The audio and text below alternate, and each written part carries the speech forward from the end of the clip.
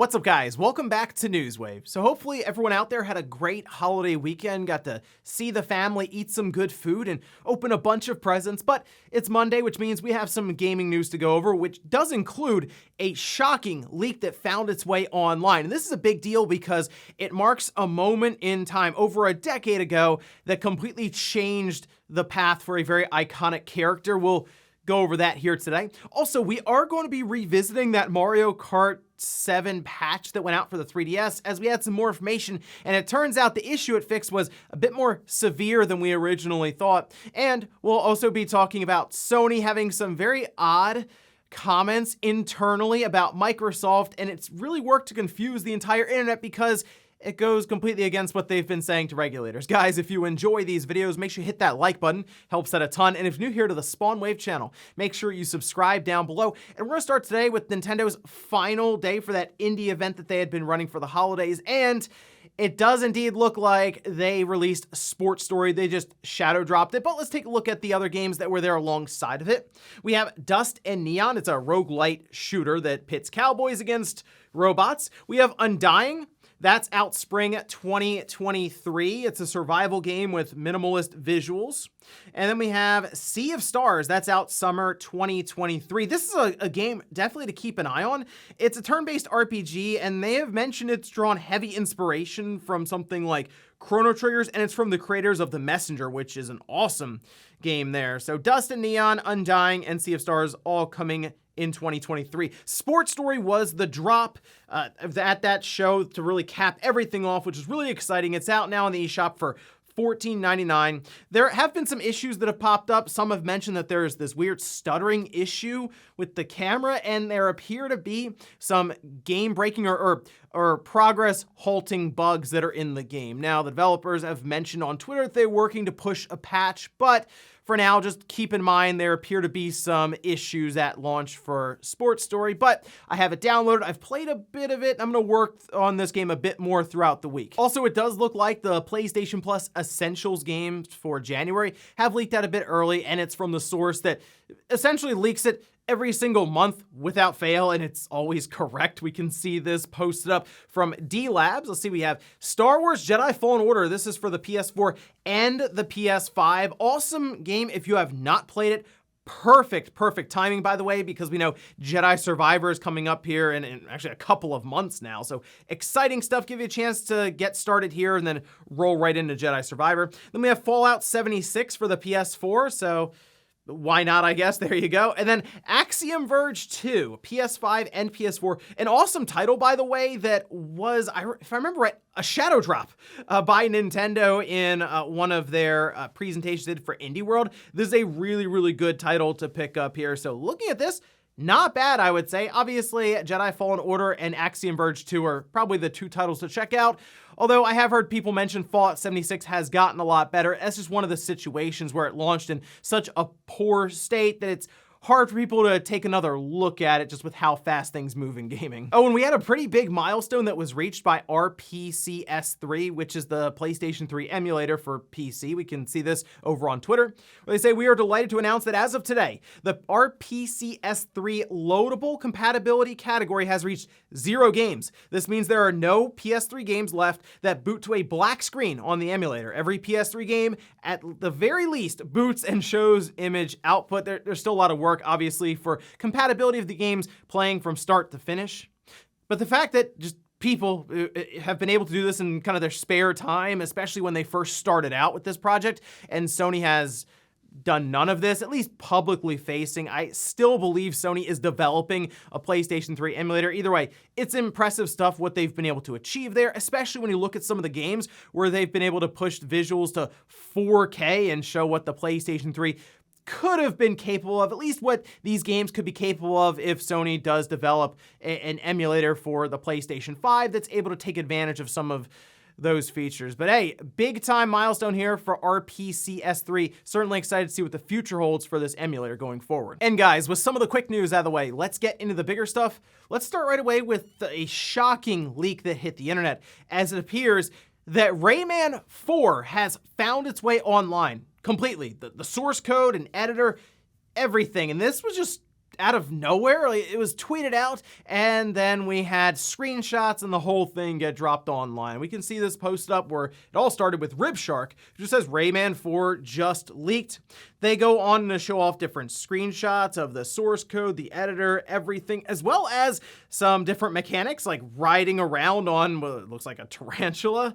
They also go over some of the different levels and even some that appear like they're kind of complete. Like, you can play some of this game if you load it up on your PC, which the story behind Rayman 4 it's an interesting one. This goes back to 2005. There's been a lot of talk around this canceled project because we just came off of Rayman 3. All right, so obviously with the shift to the 3D era, and we had games on the Nintendo 64 and stuff, and then we go up to what we were seeing with the PlayStation 2 and the GameCube and the Xbox. Then we were moving up to the Wii, the PlayStation 3, and the Xbox 360.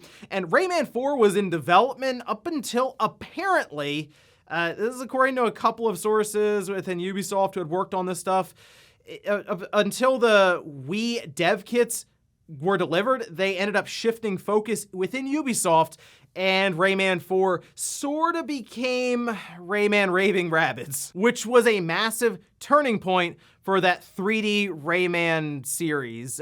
The fact that they then pushed to Raving Rabbids, which apparently worked out for them. I mean, it sold enough. Ubisoft seemed happy, and then there were all these spin-offs for it. Now look where they are with the Rabbids characters. They're next to Mario in something like Sparks of Hope and what we saw with Kingdom Battle, which sold extremely well on the Switch. So in hindsight, it was probably the correct move, but a lot of Rayman fans not too thrilled with that entire backstory that took place there. So to see Rayman 4 just find its way online for fans of the series, and people have had a lot of questions around this build, well, now they can kind of look into it and maybe learn a bit more about it. And while Rayman did get kind of pushed to the side by Ubisoft, they still did some games like Rayman Origins. Sure, they didn't do a big budget 3D Rayman game like you may expect from, I guess, a Rayman 4, but you are starting to see Rayman pop up a bit more. It's going to be a downloadable character or part of the Sparks of Hope series in some way. Sounds like it's going to kind of be its own story, sort of, and we've been speculating from time to time that maybe we could see this style for the Raving Rabbids or the Rabbids and Rayman maybe end up as its own tactical RPG style game like we've seen with Kingdom Battles and Sparks of Hope, just without the different Mario characters. Is that what Rayman fans will want then? Not necessarily a platformer or even a 3D platformer. No, a tactical shooter RPG style XCOM game. But either way, it's good to at least see Rayman sort of get pushed back in the spotlight here, and it'll be in a game that also has Mario in it. But there you have it, Rayman 4. Finally, after all the teasing and talking, the backstory that was put out there, it's found its way online, and I guess people are starting to distribute it, and you can check it out for yourself. Next up, let's talk about that Mario Kart 7 update that went out for the 3DS. This caught everyone off guard because it was the first update basically since the game had released. It's like 8 or 9 years or something like that, right? And out of nowhere, here's an update for it, and everyone was trying to figure out exactly why it had to get this update. There was speculation there was some sort of exploit that was patched, but now we have confirmation on that. We can see this posted up on Twitter. This from Pablo MK7 says, here is the Enel buffer pwn, a severe vulnerability in many first-party 3DS, Wii U, and Switch games. It allows remote code execution in a victim console by just having an online game session with an attacker. They dropped a link to the vulnerability report there, going on to say, combined with other OS exploits, this vulnerability could allow an attacker to achieve full console takeover and steal sensitive information or take audio and video recordings. Wow, that's a really big deal there. It has scored a 9.8 out of 10, that being under critical, in the CVSS 3.1 calculator.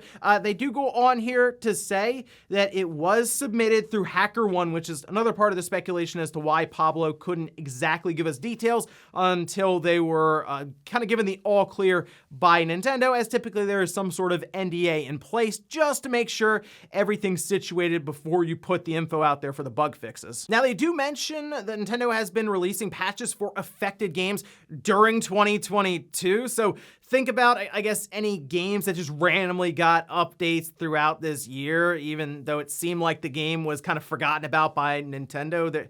This could be one of the reasons why they did that. They even say a list of games that are known to have had the vulnerability at some point can be found in the vulnerability report. It's interesting that it's taken this long to find this bug, but hey, Pablo made it happen, figured it out, able to submit successfully, and even claim a bounty from Nintendo. They go on and talk about the amounts and all this in the Twitter thread. You can look into that one for yourself. But interesting that just by connecting to a person running this exploit with other OS exploits kind of piggybacked on top of it, could do a lot with your 3DS, even recording audio and video and pulling sensitive information off of your system. So yeah, good thing they got that one patched up, but I also do wonder if there are any other titles, maybe not even mentioned here necessarily in the vulnerability report, that could have been affected at some point or even still. So I guess we'll keep our eyes out for any weird updates that happen in 2023. Next up, let's talk about some strange comments that were made by Jim Ryan internally at Sony during a Q&A. This comes way of a report by Insider Gaming, and we can take a look at this over on their website, where they say, in response to a question about Xbox Game Pass, Jim Ryan reportedly said that when we consider Game Pass, it seems to be getting lower Game Pass numbers. When we consider Game Pass, we've sold more PS5s in 2 years than they have gathered subscribers, and they've been doing that for 6 to 7 years, going on to say we're just shy of 50 million subscribers and they are in the low 20s.